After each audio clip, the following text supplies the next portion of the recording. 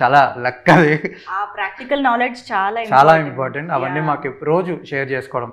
నాతో పాటు ఇంకా చాలా మంది ఒక 10-15 మంది ఇక్కడ ఆఫీస్లో ఉన్నాం. మమ్మల్ని అందరినీ కూడా రోజంతా మార్నింగ్ అంతా ఏదో ఒక స్టోరీ డిస్కస్ చేయడం, షూట్స్ చేస్తూ ఉండడం. ఈవినింగ్ వెళ్ళి మేము రామానాయుడు స్టూడియోలో వెళ్ళి పికిల్ బాల్ ఆడడం. ఇదే మా డైలీ రొటీన్ అనమాట. బ్లెస్సింగ్ నిజంగా. అసలు నాకు కూడా ఏంటంటే ఈ కుర్రాళ్ళల్లో నేను కుర్రాడిని అయిపోయి నా వయసు ఎప్పుడు కుర్రాడే సార్. నా వయసు మర్చిపోయి వీళ్ళ కథలు వింటా ఉంటే చాలా ఇంట్రెస్టింగ్గా ఉంటాయి. ఓకే, అంటే ఏ కథలు సార్? రాసుకున్న కథలా, పర్సనల్ కథలా? యూట్యూబ్ బ్యాచ్, ఇన్స్టాగ్రామ్ బ్యాచ్ వేరమ్మా. దాని డెప్త్ ఏంటి, అందులో ఎలా ఇన్స్టాగ్రామ్ అంటే ఏంటి, యూట్యూబ్ అంటే ఏంటి, ఎవరెవరు బాగా చేస్తారు, ఇందులో ఉన్న కష్ట నష్టాలు ఏంటి,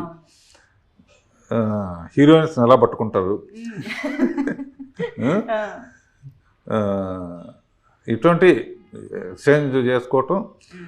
తన ద్వారా కొంతమంది ఫస్ట్ ఇతనే వచ్చాడు, తన ద్వారా ఇంకా సాయి తేజ అని ఇంకో అబ్బాయి శేఖర్ అని ఇట్లా చాలామందిని